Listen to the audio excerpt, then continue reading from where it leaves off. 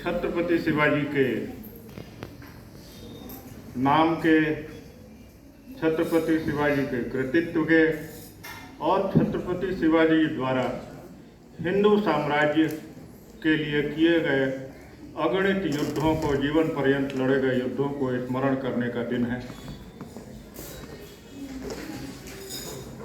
समाज में ऐसे लोग जो पूरे समाज को एक दिशा देने का प्रयास करते हैं, उनको चिरकाल तक हम लोग स्मरण करते हैं। प्रायः ये एक विषय आता है कि जब हम स्मरण करते हैं तो क्या हम ये विचार करते हैं कि हम भी उनके जैसे कैसे बन सकते हैं। आज यहाँ के श्रोताओं में ऐसे बहुत से छात्र छात्राएं उपस्थित हैं जिनको ये चिंतन करना बहुत ही समीचीन रहेगा। प्रायः हम लोग जीवन को जीते चले जाते हैं। एक कहीं पे लेक्चर था, उसमें हमने ये विषय उठाया था कि जिंदगी में दो तरह के काम होते हैं, अर्जेंट वर्क और इम्पॉर्टेंट वर्क। हम सुबह जब उठते हैं तो अर्जेंट वर्क से पूरा दिन बीत जाता है।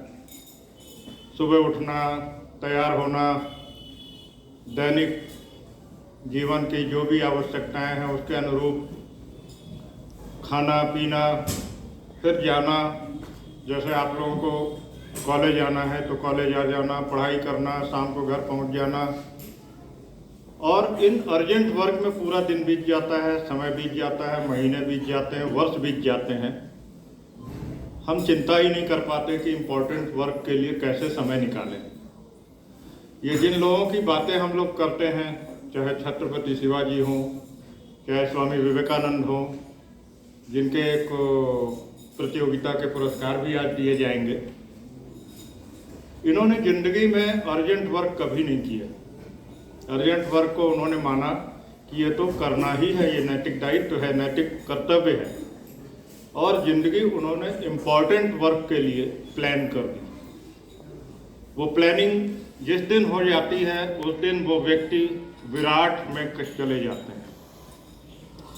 हम लोग एक सामान्य भाषा में कहते हैं कि हमारे अंदर एक जीवात्मा है।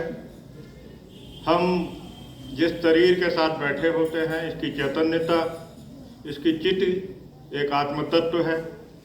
उस आत्म तत्व के निकल जाने पे शरीर समाप्त हो जाता है, उसका शिवत्व समाप्त हो जाता है, वो सब की तरह हो जाता है। वही चिति जब विराट का अनुभव कर लेती है तो विराट का अनुभव करते ही हम उन विराट कार्यों की तरफ बढ़ जाते हैं। हमें इन लोगों से केवल प्रेरणा नहीं लेनी होती है, इनके जीवन को पढ़ना नहीं होता है, इनके जीवन के बारे में चिंतन नहीं करना होता है, बल्कि इनके आगे अपना जीवन प्लान करना है। आज इस सभागार में जितने लोग बैठे हुए हैं, ये अगर अपने जीवन को आज प्लान कर लें तो आने वाले कुछ वर्षों में उन इम्पॉर्टेंट टास्क की तरफ कुछ कदम आगे बढ़ेंगे। और वो इम्पॉर्टेंट टास्क कहीं से ढूंढने नहीं होंगे, वो आपके ही सराउंडिंग में होंगे, आपके इर्द गिर्द होंगे।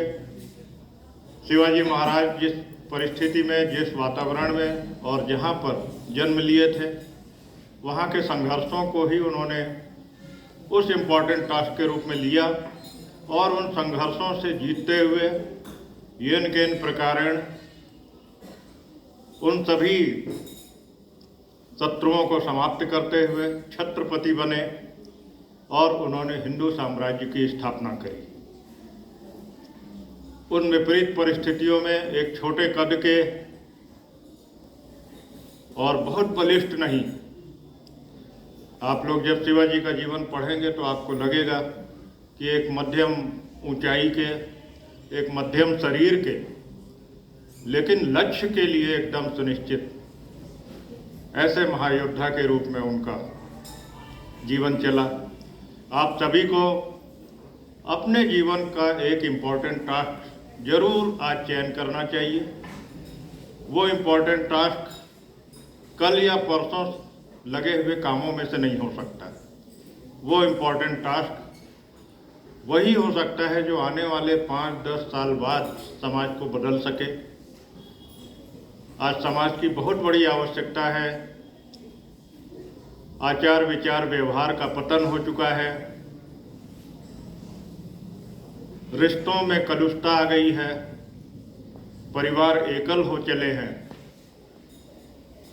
हम समाज में अपने दायित्वों के प्रति लगभग अचेतन हो चले हैं।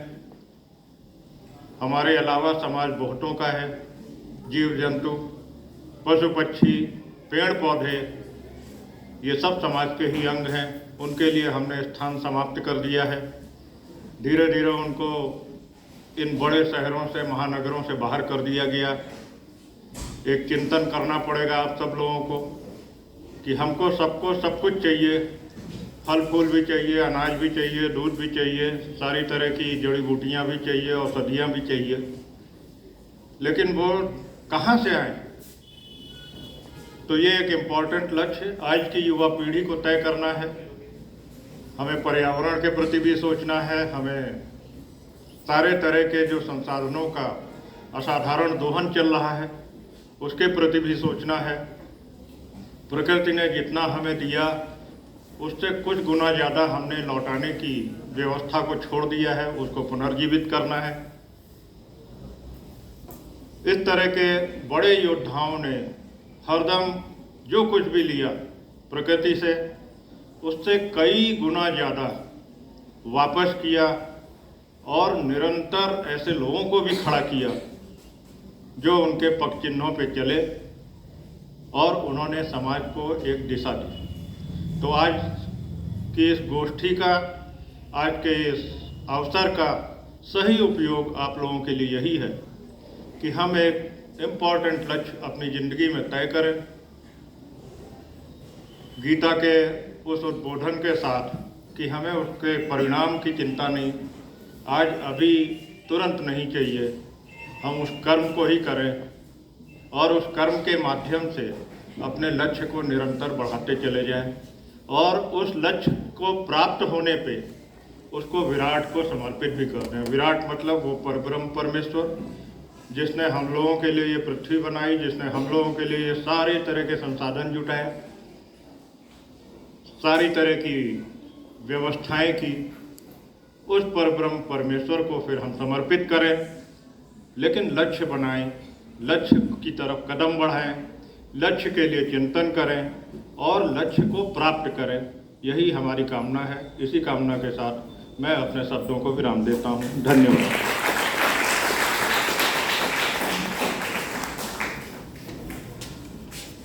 धन्यवाद सौरभ जी भाई साहब अपने ज्ञानपूर्ण उद्बोधन के लिए।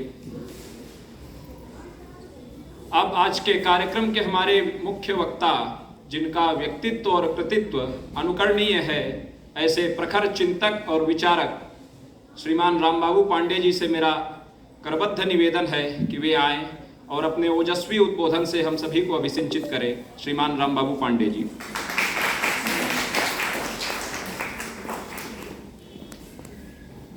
नारायण समारंभां शंकराचार्य मध्यमां अस्मद् आचार्य पर्यन्तां वंदे गुरु परंपरां। नारायण नमस्कृत्वा नरं चैव नरोत्तमं देवीं सरस्वती व्यासं ततो जयमुदीरये। भगवती वीणा पाणी को प्रणाम करते हुए माननीय सौरभ मिश्र जी, भारतीय सेना से लेकर सामाजिक जीवन में अपना श्रेष्ठ देने वाले हम सभी के मध्य में हैं और इस महाविद्यालय की प्राचार्य माननीय मंजुला उपाध्याय जी, हम सभी आज यहाँ कन्या महाविद्यालय में छत्रपति शिवाजी जन्म जयंती उत्सव के निमित्त उपस्थित हैं। शिवाजी का नाम बड़ा अद्भुत है और विद्यालय से बड़ा अच्छा संबंध बनेगा, क्योंकि आप सभी को मालूम होना चाहिए शिवा नाम भगवती का है और कन्या विद्यालय है। तो शिवा पुरुष का नाम कैसे हो गया? उनका नाम शिवा नहीं, शिवा बा है। शिवा बा मराठी शब्द है जिसका मतलब है शिवा देवी का वरदान। तो भगवती के वरदान से प्राप्त हुए ऐसे छत्रपति शिवाजी महाराज की जन्म जयंती के पावन अवसर पर हम सभी यहाँ उपस्थित हैं और एक माँ का संकल्प का नाम है शिवाजी। एक नारी अबला है या सबला और उसके साबल्य का प्रतीक है शिवाजी। जब शिवाजी का अध्ययन करते हैं तो शिवाजी के मूल में वीर माता जीजाबाई हैं। और सृजन कौन कर सकता है? जैसे विद्या की अधिष्ठात्री देवी हैं, देवता नहीं है। तो विद्या की अधिष्ठात्री देवी देवी क्यों है, देवता क्यों नहीं? तो इसी बात से सिद्ध होता है। जब हम शिवाजी को देखते हैं, माता जीजाबाई को देखते हैं, तो पता चलता है कि विद्या की अधिष्ठात्री ही क्यों है, अधिष्ठाता क्यों नहीं। आपको मालूम होना चाहिए कि उस कालखंड में जब शिवाजी का जन्म होता है तो संपूर्ण भारतवर्ष बहुत बड़े संकट से घिरा हुआ था। परकीय सत्ता भारत की संस्कृति को निगल जाना चाहती थी। भारत की संस्कृति का रक्षक कोई बचा नहीं था। भारतीय संस्कृति अस्ताचल को जाने वाली थी। मातृदेवो भव पितृदेवो भव ये मिट जाने वाला था। यत्र नायस्तु पूजन्ते रमन्ते तत्र देवता, ये शायद कोई जानता। ऐसी स्थिति उत्पन्न हो रही थी कि हम अपने पूर्वजों से, अपनी संस्कृति से कट करके आज अलग भाषा और अलग संस्कृति के यजन करता होते। उस समय वीर माता जीजाबाई का जन्म हुआ था। भगवान श्री कृष्ण के प्रतापी वंश में लखोजी जाधव ऐसे राज परिवार में देवगिरी एक राजवंश बहुत बड़ा दक्षिण का रहा। उस राजवंश की परिवार में इनका जन्म हुआ।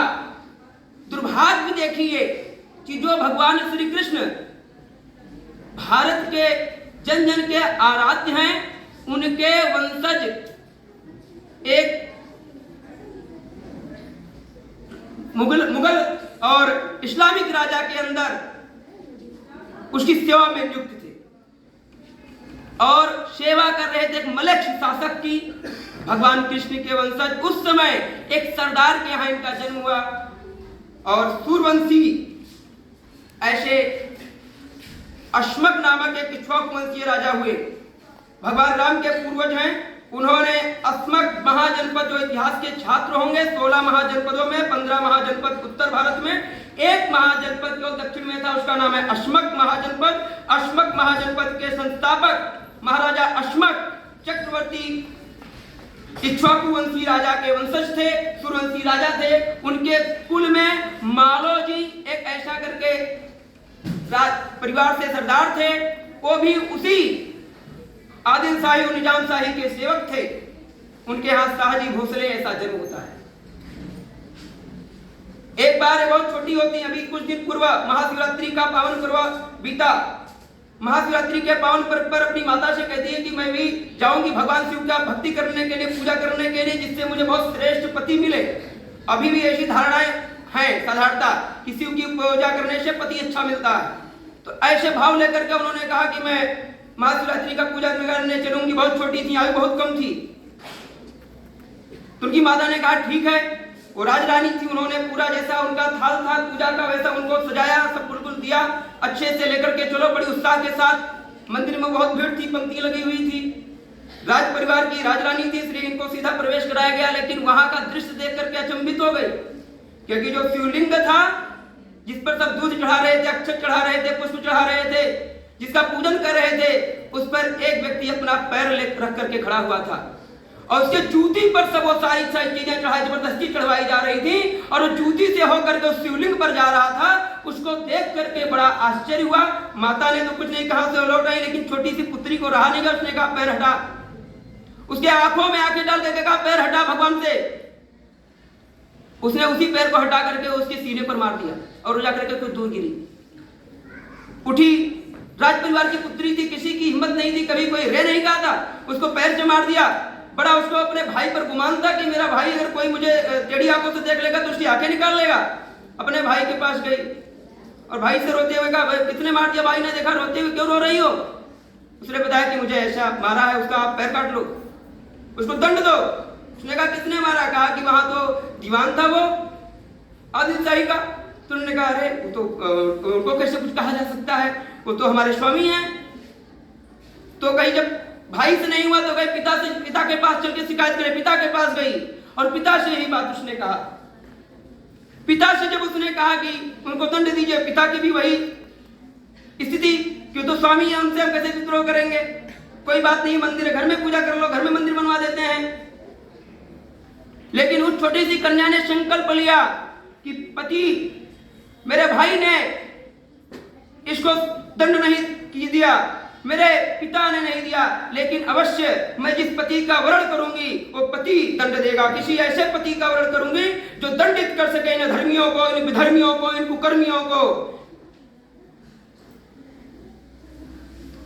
कहते हैं कि भगवान श्री राम ने भारत का आदर्श क्या दिया?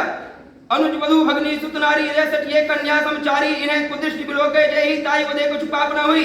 कुदृष्टि से देखने मात्र पर भी उनके मारने पर कोई पाप नहीं लगता। अगर पैर लगा दे तब तो उसका खानदान नष्ट कर देना चाहिए।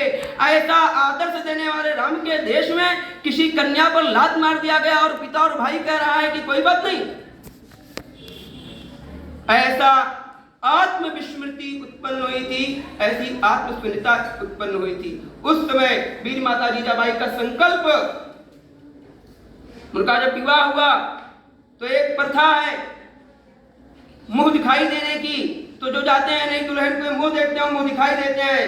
तो जब राजे साजी भोसले जाकर के अपनी पत्नी का मुख देखे तो उन्होंने कहा क्या चाहिए आपको मुझसे? तो उन्होंने कहा मुझे स्वराज्य चाहिए। आपको मालूम होना चाहिए कि स्वराज की बात करने वाला भारत में कौन है। उस कालखंड में जिस समय बड़े बड़े हम कहते हैं पुरुष सत्तात्मक देश है, पुरुष सत्तात्मक देश कहां है भारत? यहां सत्ता परिवर्तन की बात किसी पुरुष ने नहीं कही। जब भारत स्वतंत्र हो गया और भारत माता रिस रही थी, दुख में पीड़ित हो रही थी, तो एक माता ने एक क्रांति का बिगुल बजाया था और कहा था स्वराज की बात की थी, वो वीर माता जीजाबाई थी।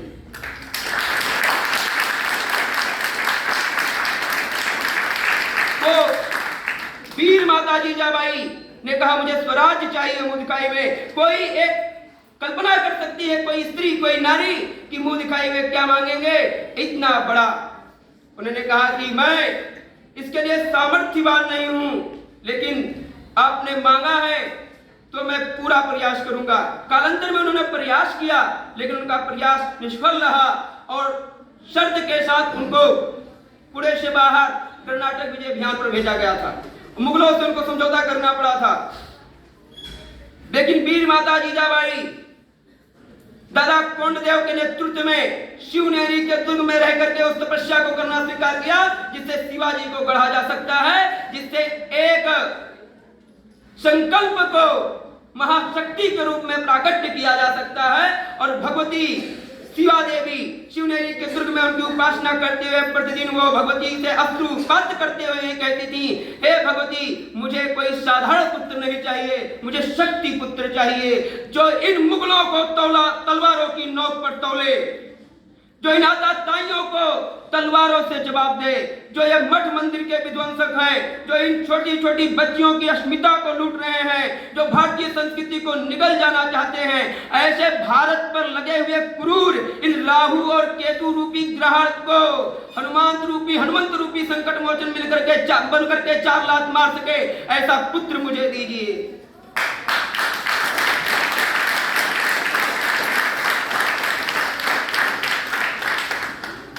उस वीर माता का प्रतिदिन का वह संकल्प ही पर उनके गर्भ में पल रहा था, ऐसा हमको समझना चाहिए। और उस संकल्प का जब जन्म होता है तो वह उसके कान में जब नामकरण संस्कार होता है तो बोलती है शिवा बा, अर्थात ये कोई और पुत्र नहीं है, ये साक्षात भगवती का वरदान ही है जो आया है भारत के संकट को हरने के लिए, भारतीय संस्कृति के रक्षण के लिए, भारत की संस्कृति के अस्त होते सूर्य को पुनः तेज प्रदान करने के लिए और भारतीय संस्कृति को जाज्वल्यमान तेजस्वी रूप से पुनर्प्रकाशित करने के लिए ये साक्षात भगवती का वरदान आया है, इसलिए इसका नाम शिवाबा ही हो सकता है। ऐसा उसके कानों में उन्होंने कहा ही नहीं था, उसको बताया था कि तू किस लिए आया है, तुझे क्या करना है। जैसे भगवती जब पार्वती ने देखा कि यहाँ आने जाने की मर्यादा मेरे स्थान पर नहीं है तो अपनी रक्षा के लिए उन्होंने अपने दैहिक शक्ति का प्रयोग करके भगवान गणपति का आयोजन कर लिया था। ठीक उसी प्रकार भगवती ये वीर माता जीजाबाई ने अपनी आत्म शक्ति का प्रयोग करके उसी आत्म शक्ति को छत्रपति शिवाजी के रूप में प्रकट कर दिया था।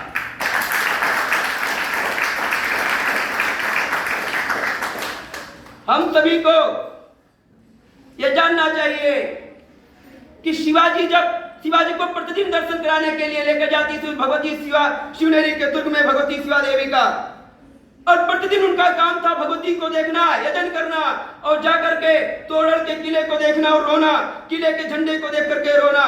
वो बालक जो एक गोदी से लेकर के चलने की स्थिति में आ गया उंगली पकड़ करके, वो प्रतिदिन अपनी माता को इसी स्थिति में देखता था कि भगवती के सामने जाकर के रोना और किले को देख करके उनकी आंखों से शुरुआत होना। इसको देख करके उसका हृदय जिस वज्र का बना, उसने छत्रपति शिवाजी महाराज का रूप लिया। और वही छत्रपति शिवाजी महाराज उस पीड़ा ने, उस माँ की दशा ने छत्रपति शिवाजी को छत्रपति बनने की दिशा दी। हम सभी को मालूम होना चाहिए कि इस प्रकार से जब वो थोड़ा चेतना में आए, थोड़ा बड़े हुए, समझने की स्थिति में आए, तो उन्होंने पूछा कि माँ आप रोती क्यों है? सब पूजा करने जाते हैं तो प्रसन्नता पूर्वक पूजा करते हैं, आप मंदिर में भी रोती हैं, किले को देख करके रोती हैं, क्यों? तो माँ ने कहा वो किला अपना है, वो किला अपना है, लेकिन मैंने आपके पिता के सम्मुख स्वराज की बात की थी। स्वराज के कारण उन्होंने जब विद्रोह किया तो वो हार गए और उसके कारण सारे किले उनसे छीन लिए गए। हम बदलित होकर के यहाँ वनवास की तरह अपने समय को काट रहे हैं। उस वैभव को देख करके मैं इसलिए रोती हूँ कि क्या कभी वो दिन आएगा जब स्वराज साकार होगा। इसको शिवाजी ने जब सुना, वो 12-14 वर्ष का बालक, आज के उस समय आयु के बालक जिनको बोध ही नहीं होता क्या करना क्या नहीं करना है, वो सारा समय खेल में और मौज में निकाल देना चाहते हैं, तब वो एक माँ के संकल्प पर चलने के लिए दृढ़ संकल्पित हो रहा था। और उस छत्रपति शिवाजी महाराज की बनने की कहानी भी यहीं से शुरू होती है। उन्होंने संकल्प लिया और बहुत बड़े बड़े जाकर के योद्धाओं को इकट्ठा नहीं किया, क्योंकि बहुत ज्यादा बुद्धिमान होते हैं, वो क्रांतिकारी नहीं करते, वो समझौता कर लेते हैं, वो जाकर के अपना कैसे राजा के हम हो जाए। भारत में देखिए ब्रिटिश काल में तमाम विद्वान लोग अंग्रेजों के चाटुकार हो गए थे, वही स्थिति वहां भी थी। कौन विद्रोह करे, कौन जीवन दे? जीवन देने के लिए मौले उन छोटे छोटे बालकों को उन्होंने तैयार किया और मात्र 16 वर्ष की आयु में, आज 16 वर्ष की आयु का बालक अपना एडमिशन नहीं करा पाता, माता पिता का साथ में पकड़ करके हाथ जाता है, उंगली जाता है। उस आयु में जब अपना एडमिशन विद्यालय में, महाविद्यालय में न करा पाए आज का बालक, उस आयु में छत्रपति शिवाजी ने तोड़ल का किला मात्र 300 मावला सैनिकों के साथ में जीत लिया था। और केवल उन्होंने एक किला नहीं जीता तो पूरे निजाम शाही की जड़ें हिला करके कुछ ही समय में उन्होंने लगभग सारे किलों पर अधिकार प्राप्त कर लिया था। जब ये बात निजाम शाही को खटकने लगी तो उसने बहुत से योद्धाओं को मारने के लिए भेजा। उसमें से एक का नाम है अफजल खान।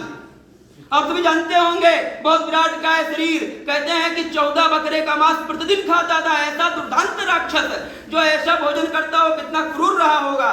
और उसकी 7 पत्नियां थी। तो उसने सोचा इसके पहले शिवाजी से जो भी लड़ने गया है मारा गया है, तो मैं भी जा रहा हूँ, हो सकता है मारा जाऊं। तो मारा जाऊंगा तो ऐसा कहीं ना हो कि मेरी पत्नियां कहीं और किसी के साथ रहने लगे। तो कहा पहले इनको सही स्थान पर पहुंचा दे। तो अपनी 6 पत्नियों का कत्ल कर दिया। इतना दूरदृष्टा था वो, ऐसे दूरदृष्टाओं से युक्त भारत पर शासन था। इसी क्रूरतम शासन को उखाड़ने के लिए शिवाजी का जब प्राकट्य हुआ, अफजल खान आया और उसने घेराव किया शिवाजी का। जब कोई दाल नहीं गली तो उसने षड्यंत्र पूर्वक शिवाजी को मारने का प्रयास किया। और एक बात और बताना चाहूंगा, शिवाजी की सकारात्मकता देखिए और शिवाजी का आत्मविश्वास देखिए कि जिस समय जिसके सामने खड़े होने की अच्छे योद्धाओं की ताकत नहीं थी, वो अफजल खान के सम्मुख जाते समय जब माता का पैर छूने गए तो वीर माता जीजाबाई की आंखों से अश्रु गिरा। उनके जब सिर पर गिरा तो उन्होंने ऊपर देखा, माता रो क्यों रही हो? तो उन्होंने कहा, इसी निजाम शाही दरबार में मेरे 2 भाई और मेरे पिता की हत्या की गई है, मैं उसको सुन करके रो रही हूँ। और जब उसको मैंने सुना था तो तुम्हारे पिता से क्रांति का बिगुल बजाने के लिए कहा था, उस पीड़ा से कि आज शायद मेरे उस भाई का और मेरे उस पिता का भी प्रतिशोध मेरा पुत्र लेगा। इसलिए मैं इस प्रसन्नता के आंसू हैं, ये मेरे दुख के आंसू नहीं है, ये मेरे आंसू ही तुम्हारे लिए आशीर्वाद हैं। तुम जाओ पुत्र और उसके गर्दन को छेद करके, उच्छेदित करके और अपने पैरों से कंदुक की भांति फुटबॉल खेलते हुए लेकर आओ, कंदुक खेलते हुए लेकर आओ, गेंद की बात खेलते हुए लेकर आओ। यह शिवाजी की सकारात्मकता है। और ये अफजल खान का मैंने पहले ही वर्णन किया। जब शिवाजी गए, शिवाजी ने जो उस अफजल खान के वो भी मारने के लिए पूरी बुद्धि लगा करके आया था। तो यहां हमको समझना चाहिए, शिवाजी के बारे में मैंने पहले बताया, पिता के वंश से वो राम के वंशी थे, माता के वंश से वो कृष्ण के वंशी थे। दोनों को मिला करके वो राम कृष्ण के ही साक्षात अवतार थे। राजनीति में वो राम के समान थे, लेकिन जहां भी कूटनीति की बात आती थी तो साक्षात कृष्ण ही थे।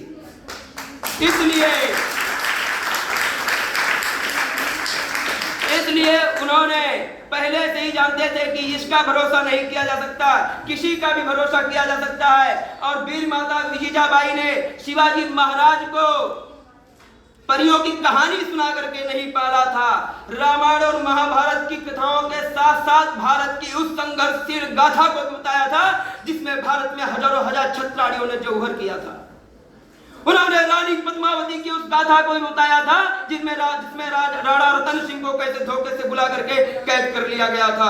उन्होंने भारत के संपूर्ण उन राजाओं की गाथा को बताया था जिनको इन मुगलों ने, इन अत्याचारियों ने, इन बाहरी आक्रमणकारियों ने किस किस प्रकार धोखे से और अपने उनके ही व्यक्ति को तोड़ करके उनको मृत्यु के घाट उतारा या उनका वध किया था। उन सभी उनके जो भी षड्यंत्र थे, उन षड्यंत्रों से पूर्ण रूप से उनको अवगत कराया हुआ था वीर माता जीजाबाई ने।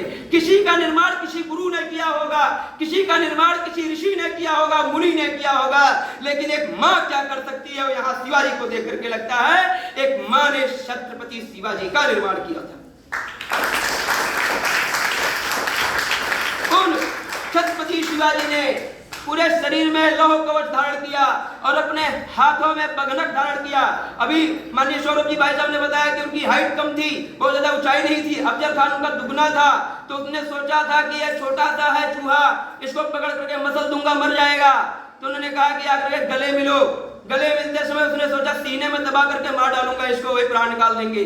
और वो दबाना चाहा, शिवाजी उसके पेट तक पहुंच रहे थे, बघनक को हाथ में पहने हुए थे और दोनों तरफ से उन्होंने उसके पेट में घुसा करके उसकी आंतें बाहर निकाल ली थी। शिवाजी ने उसको वही मृत्यु के घाट उतारा और उसके साथ आए हुए सैनिकों में 8000 लोगों को शेष उनके सैनिकों ने मृत्यु के घाट उतारा। तब जाकर के पता चला था इस इस्लामिक आतंकवादियों को, आक्रमणकारियों को, कि भारत का वह शौर्य अभी सोया नहीं है जिसने समस्त मुगलिया सल्तनत को अपनी तलवारों पर राणा के रूप में तौला था। वही छत्रपति शिवाजी के रूप में यहां उसका प्राकट्य हुआ था।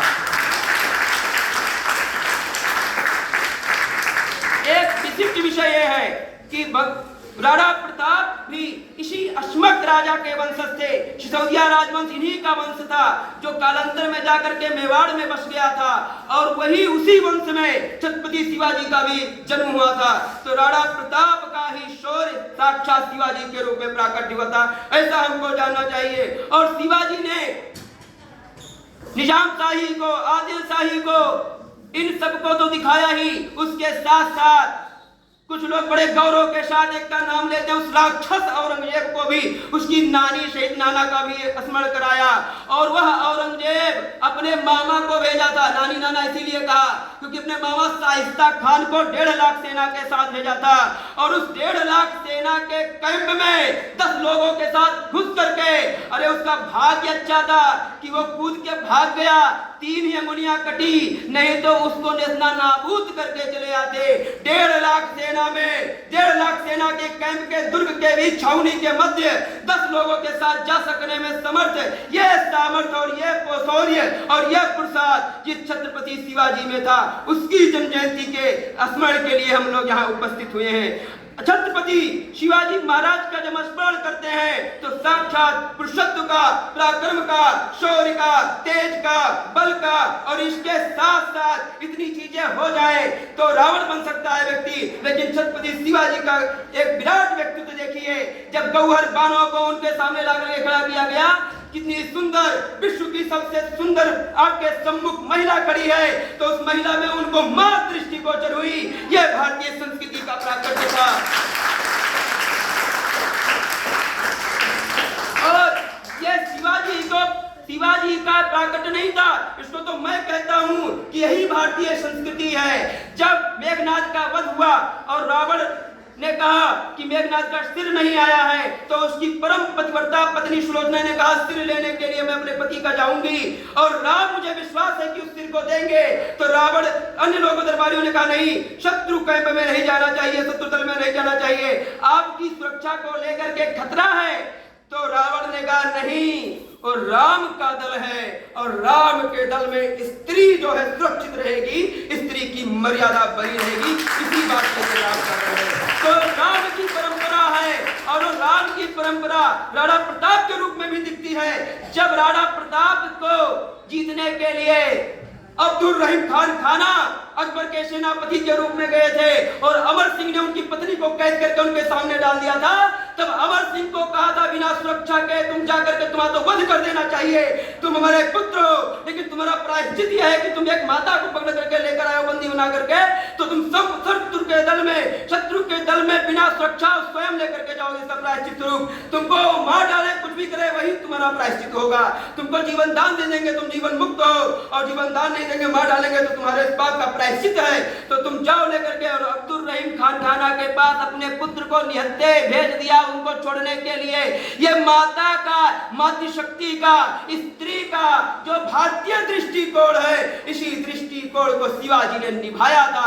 यही भारतीय परंपरा का विशेष है, भारतीय संस्कृति की विशेषता है। मातृवत प्रदारेषु परद्रवेषु लोष्टवत, पर स्त्री माता के समान देखना। तो शिवाजी ने दिखाया था, इतना तेज, इतना बल, इतना पुरुषार्थ हो जाने के बाद, इतनी शक्ति हो जाने के बाद, किसी का उन्होंने शोषण नहीं किया, किसी को पीटा नहीं, किसी को मारा नहीं। न्याय, परम न्याय धर्म, हम कहते ना शिवाजी के लिए धर्म धुरंधर, क्षत्रिय कुलावतंस, तो वो धर्म धुरंधर थे, धर्म का पालन करने वाले थे, न्याय का पालन करने वाले थे, परम न्यायाधीश थे, किसी धर्मनिष्ठ पक्षपात रहित उनका शासन था। और औरंगजेब के दरबार में लाने के लिए कोई मुगलिया सल्तनत का कोई भारतीय व्यक्ति समर्थवान नहीं हो सका जो शिवाजी को ला करके झुका दे किसी के सामने। मिर्जा राजा जय सिंह को भेजा था औरंगजेब ने शिवाजी को लाने के लिए, समझौता कराने के लिए। शिवाजी ने समझौता किया होगा, करना भी चाहिए। शेर जब पैर पीछे हटाता है तो भागना ही उसका नहीं होता, कभी कभी शिकार करने के लिए पैर पीछे खींच लेता है। तो शेर ने पैर पीछे खींचा, इसका मतलब उसने कुछ अपनी रणनीति बदली, और वो गए अकबर औरंगजेब के दरबार में, आगरा के किले में कैद कराया गया। लेकिन किस रणनीति के तहत वहां से कैसे निकल गए पूरी सेना के मध्य से सभी को पता है। और जाकर के सारे उन किलों को मात्र 4 महीने में जीत लिया, जो सारे संधि के कारण हार गए थे। 4 महीने के अंदर सारे किले को जीत करके, और 6 जून 1674 को हिंदवी साम्राज्य की स्थापना कर दी और अभिषिक्त हो गए छत्रपति शिवाजी महाराज, जहां सबके साथ न्याय होता है, जहां सब अपना अपना धर्म का, अपने अपने कर्म का, अपने अपने कार्यों का आयोजन कर सकते हैं। कोई किसी में बाधक नहीं है, कोई किसी का शोषक नहीं है, कोई किसी का पीड़क नहीं है, कोई किसी के लिए किसी का जो है अपराध नहीं करता। ऐसे परम सुंदर सात्विक संस्कृत निष्ठ वातावरण का राज्य उन्होंने भारत को प्रदान किया। अष्ट प्रधान अलंकृत 8 प्रधानों से उन्होंने अपने उसको युक्त किया और भारत के गौरव को स्थापित करने के लिए स्वभाषा की भी संस्कृत और मराठी में संपूर्ण राज्य का चलाने वाले छत्रपति शिवाजी महाराज ने स्थापना, ऐसा सुंदर राज्य व्यवस्था उन्होंने चलाई। और मातृशक्ति किस प्रकार से स्वतंत्र रूप से आज इतना शासन लोकतंत्र की व्यवस्था में आज मातृशक्ति की क्या स्थिति है। शिवाजी छोटे थे, बहुत कम आयु थी, 12 वर्ष की, एक बलात्कार का केस है, उन्होंने सिर काट दिया था उसका। यह शिवाजी का न्याय था स्त्री के प्रति कुदृष्टि रखने की। आज वर्तमान लोकतांत्रिक भारत में स्त्री के प्रति कुदृष्टि रखने पर ऐसी न्याय व्यवस्था है क्या? तो शिवाजी का उस समय यह न्याय था। एक स्त्री के प्रति, नारी के प्रति अगर कुदृष्टि कोई कर दे तो शिवाजी किस न्याय की दृष्टि से देखते थे? तो वह न्याय शिवाजी का हमारा आदर्श है। अब एक विषय में और बताना चाहूंगा। आज कुछ लोग अपनी अपनी चूंकि लॉर्ड मैकाले के मानसिक पुत्र उत्पन्न होकर के कुछ भी कहते रहते हैं कि शिवाजी शूद्र थे, ब्राह्मणों ने उनका राज्याभिषेक नहीं किया था, गागा भट्ट को रुपए देकर के उन्होंने राज्याभिषेक कराया था। सरासर झूठ है, इनकी मक्कारी है, इनकी नक्कारी है, इनकी जालसाजी है। ये बहुत दुष्ट है, ये राक्षस है, ये उसी प्रकार भारत के लिए शत्रु है जिस प्रकार से ब्रिटिशर्स थे। ऐसा कहने वाले लोग आपको बता दें, शिवा जी ने अपने ही दरबारी लेखक परमानंद से अपना इतिहास लिखाया है और उस इतिहास में उन्होंने लिखाया है कि मैं इक्ष्वाकु वंशी क्षत्रिय हूँ। शिवाजी ने अपने दरबारी कवि से अपना लेख लिखवाया है, वो झूठ लिखवाएंगे। दूसरा विषय, जिस समय वर्ण व्यवस्था का बहुत कड़ाई से पालन होता था, शिवाजी की 8 पत्नियां छत्राणी। उस समय किसी शूद्र को क्षत्रिय अपनी पत्नी दे देता, पुत्री दे देता। चलो ये भी चलो, शिवाजी का प्रताप हो गया होगा तो 8 पुत्रियां दे दी होंगी। पहला विवाह 10 साल की आयु में हुआ था। 10 साल में उनका कौन सा प्रताप था कि कोई कुलीन क्षत्रिय अपनी पुत्री को दे देता? चलो ये भी छोड़ दो, मैं मान लेता हूं कि 10 साल में उनका बहुत प्रताप रहा होगा। अच्छा ये बताइए, शाहजी भोसले यदि शूद्र थे तो राजवंश का व्यक्ति नखूजी जादव अपनी पुत्री जीजाबाई का विवाह कैसे कर दिया था? तो वो ये सब प्रोपेगेंडा है, ये सब बनाया गया है, कपोल कल्पित है। वो कुलीन क्षत्रिय थे, मराठी थे, राजपूत भी नहीं थे। वो वहीं के मूल मराठी थे। यदि राजपूत, अभी हमारी और माननीय सरोजी भाई साहब की वाहन में ही चर्चा हो रही थी कि यदि वो मराठी होते, राजपूत होते तो उनके कुल देवता एक लिंग होते, ना कि कुल देवी तुलजा भवानी। तुलजा भवानी मराठियों की कुल देवी है, इसलिए मराठी थे, राजपूत नहीं थे। और वह छत्रपति शिवाजी महाराज कुलीन भगवान राम के वंश में उत्पन्न सूर्यवंशी क्षत्रिय थे। गागा भट्ट का काशी के ब्राह्मण, गागा भट्ट काशी के ब्राह्मण नहीं थे, उनका मूल स्थान वही है, पैंठल के ब्राह्मण थे। गागा भट्ट उनको उपाधि दी गई थी, उनको बहुत बड़ा, जो कि विद्वता में ये श्रेष्ठ कर्म करने के नाते गागा भट्ट की उपाधि दी गई। काशी में विराजते थे, काशी विद्वानों की नगरी थी और काशी में विद्वत परिषद स्थापित थी इसलिए। और आपको विश्वास नहीं है, पेंडल में जाकर के अभी भी गागा भट्ट के वंशज उनसे पूछ लो, उनकी वंशावली रखी हुई है। तो वो वहीं के ब्राह्मण थे, आते जाते रहते थे। जब राज्याभिषेक कराना हुआ, चूंकि छत्रपति का राज्याभिषेक था, उनका एक राज्याभिषेक हो चुका था, यह बहुत विराटतम राज्याभिषेक था, सभी को स्वीकार कर रहा था मैं राजा है, शास्त्र का पूरा पालन होना चाहिए। इसको पालन कराने के लिए जैसे भगवान राम के प्राकट के समय दशरथ ने जब वशिष्ठ से कहा कि पुत्रेष्टि यज्ञ कराइए, तो उन्होंने कहा पुत्रेष्टि यज्ञ मैं नहीं कराऊंगा, श्रृंगी ऋषि कराएंगे। तो इसका मतलब क्या हुआ कि वशिष्ठ ऋषि ने विरोध कर दिया था। उन्होंने कहा वो विधि के ज्यादा जानकार है, आपको पुत्र चाहिए, आपका पुत्र परम प्रतापी हो, तो जिससे थोड़ी सी भी त्रुटि ना हो। ऐसे श्रृंगी ऋषि को बुला करके पुत्रेष्टि यज्ञ हुआ था। ठीक उसी प्रकार समर्थ गुरु रामदास ने वहां के तत्कालीन ब्राह्मणों से विचार विमर्श करके, गागा भट्ट जो कि मराठी ब्राह्मण थे, वहीं के जो उनकी कुल परंपरा थी, उसी के वंशावली के कुल पुरोहित के वंश के ब्राह्मण थे। और आपको मालूम होना चाहिए कि राजाभिषेक आदि जो होता है वो समस्त ग्रंथों शास्त्र ग्रंथों के आधार पर होता है। कुल पुरोहित का खंडन करके नहीं होगा, दूसरा कुल पुरोहित नहीं होगा। उनके कुल के पुरोहित परंपरा में थे रकाका भट्ट, और उन्होंने जा करके सहर्ष कोई रुपया पैसा लेकर के, और ये सिद्ध करने के लिए नहीं, ये तो आधुनिक मैकाले पुत्र सिद्ध करते हैं जो शूद्र थे, ब्राह्मण थे, ये थे, वो थे। उन्होंने जा करके वहां बहुत ही प्रसन्नता पूर्वक उनका राजाभिषेक किया था, और वो राजाभिषेक उनका नहीं किया था, भारतीय संस्कृति का ही अभिषेक किया था। भारतीय संस्कृति का नहीं, साक्षात भारत का अभिषेक किया था गागा भट्ट ने।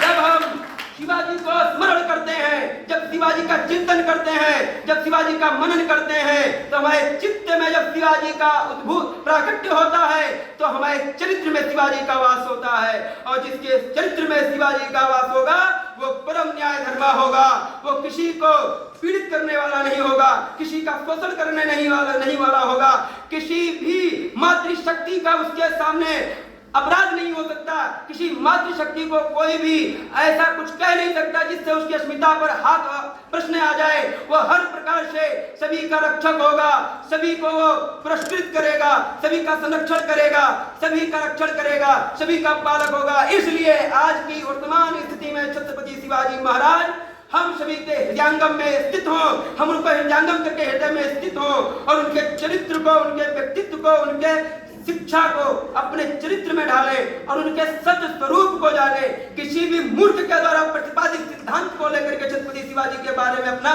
मंतव्य न बनाए, और किसी ऐसे घटिया दो कौड़ी के जो इतिहासकार अपने आप को लिखते हैं, ऐसे इतिहासकारों को पढ़ करके शिवाजी और इनका गागा भट्ट का चरित्र न अंकन करें। आपको पढ़ना है शिवाजी के बारे में, तो जो इन शिवाजी के कालखंड में शिवा बाहुली पढ़िए, जो भूषण ने लिखा। आपको पढ़ना ही है तो परमानंद का पढ़िए, जिनके इतिहास के दरबारी लेखक है जिन्होंने लिखा है, उनके बारे में पढ़ना है। जिन श्रेष्ठ लोगों को पढ़ो, चोरों को मत पढ़ो, ये चुराते हैं चीजें, और जो कोई चीज चुराई जाती है तो उस पर लेप लगाया जाता है कि ये दिखे ना, ऐसा नहीं देख लेगा तो बचा लेगा मेरा है, तो लेप लगा करके उसको बदल देते हैं। तो बदल करके जो इतिहास परोस रहे हैं उस इतिहास पर भरोसा न करो। इसलिए आप सभी लोगों से मेरा छत्रपति शिवाजी महाराज पर यही एक निवेदन है। मैंने पहले बताया कि शिवा मतलब भगवती होता है, भगवती का नाम ही शिवा है। जब आप पढ़ेंगे भगवती के बारे में, शिव और शिवा, शिवा उनकी अधिष्ठात्री शक्ति है, और शिव भगवान साक्षात नारायण है, विष्णु है, या साक्षात ब्रह्म है। तो शिव और शिवा, शिवा भगवती हैं, शिवा बा उनका नाम था। शिवाजी हम लोग कहते हैं, छत्रपति की उन्होंने उपाधि ली। तो शिवा बा एक मातृशक्ति से वरदानित है। तो माता के आंचल में जो अपने सिर को रखेगा और माता के आशीष से जो आशीषित होगा, वह कभी भी अन्यायी हो ही नहीं सकता, वह अन्याय नहीं करेगा। और जो माता के इस प्रकार से माता का यजन करके बढ़ेगा, उसके सामने किसी भी मातृशक्ति का ना कोई अपमान कर सकता है, ना स्वप्न में भी वो किसी मातृशक्ति का अपमान कर सकता है। इसलिए शिवाजी के सही अर्थ को समझने का मतलब यह भी है कि हमारे आसपास मातृशक्ति माता के रूप में विचरण कर सके। उनको जैसे एक भीष्म पितामह ने महाभारत में कहा कि माता का आंचल और देश की सीमा एक जैसी होती है। दोनों पर जब हाथ बढ़े तो पुत्र के अंदर, माता के आंचल पर कोई हाथ बढ़ाए तो माता पुत्र के अंदर जो विरोध होना चाहिए, जो क्रोध होना चाहिए, जो भावना होनी चाहिए, वही सीमा पर हाथ बढ़ाए तो होना चाहिए। अपनी माता ऐसे पर स्त्री माता है, जब ये भाव आ जाए तो हम किसी माता का अपराध नहीं करेंगे। ये बात एक है। दूसरी बात यह है कि वह हमारी माता जैसी ही है, कोई अपराध करने का सामर्थ्य न जुटा पाए, और यदि कर दे तो वह अगले क्षण सकुशल न रह पाए। इस संकल्प के साथ आज की जयंती के इस पावन पर्व पर मैं अपनी वाणी को विराम देता हूँ।